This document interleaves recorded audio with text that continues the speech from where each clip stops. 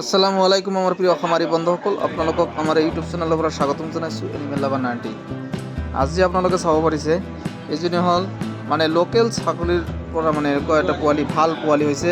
এইটো এটা কৃত্ৰিম প্ৰজনন কৰা হৈছিল, এআই কৰা হৈছিল, অৰ্থাৎ আৰ্টিফিচিয়েল ইনসেমিনেশ্যন কৰা হৈছিল। তাৰপিছত এনেকুৱা এটা ভাল জাতৰ পোৱালি হৈছে। এইটো বিটেল হয়, ৰাম ছাগল বুলি কয়। কাণবিলাক দীঘল দীঘল, বহুত ভাল লগা মানে ছাগলীজন।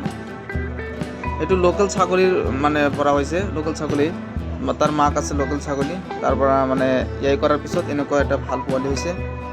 বহুত ধুনীয়া পোৱালিজনী, দেখাত মানে বহুত ভাল লাগে। গতিকে আপোনালোকৰ ঘৰত থকা ছাগলীবিলাক আপোনালোকে যদি এআই কৰে, অৰ্থাৎ কৃত্ৰিম প্ৰজনন কৰে, তেনেহ'লে আপোনালোকৰ ঘৰত থকা ছাগলীবিলাক মানে এনেকুৱা ধৰণৰ ভাল এটা প্ৰজাতিৰ পোৱালি হ'ব পাৰে।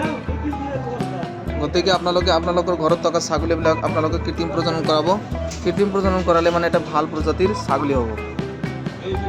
আপোনালোকৰ মানে বহুত পইচাৰে মানে কিনিব নালাগে। আপোনালোকৰ ঘৰত থকা লোকেল ছাগলীবিলাকক আপোনালোকে কৃত্ৰিম প্ৰজনন কৰাৰ ফলত এনেকুৱা ধৰণৰ ভাল প্ৰজাতিৰ ছাগলী আপোনালোকে ঘৰতে বনাব পাৰিব। এইটো এটা ভাল প্ৰচেছ।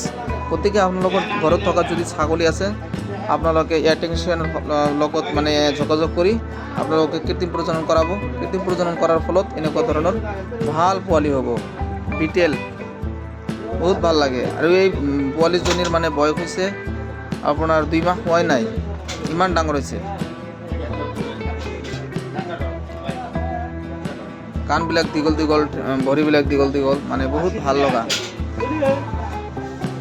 বহুত সোনকালে মানে ডাঙৰ দীঘল হয় এই ছাগলীজনী। সেইকাৰণে মানে এআই কৰাৰ ফলত মানে এনেকুৱা ভাল জাতৰ পোৱালি হয়, যাৰ কাৰণে মানুহে কৃত্ৰিম প্ৰজনন কৰায়, এআই কৰে। নেচাৰেল কৰিলেতো এনেকুৱা ধৰণৰ ভাল পোৱালি নহ'ব।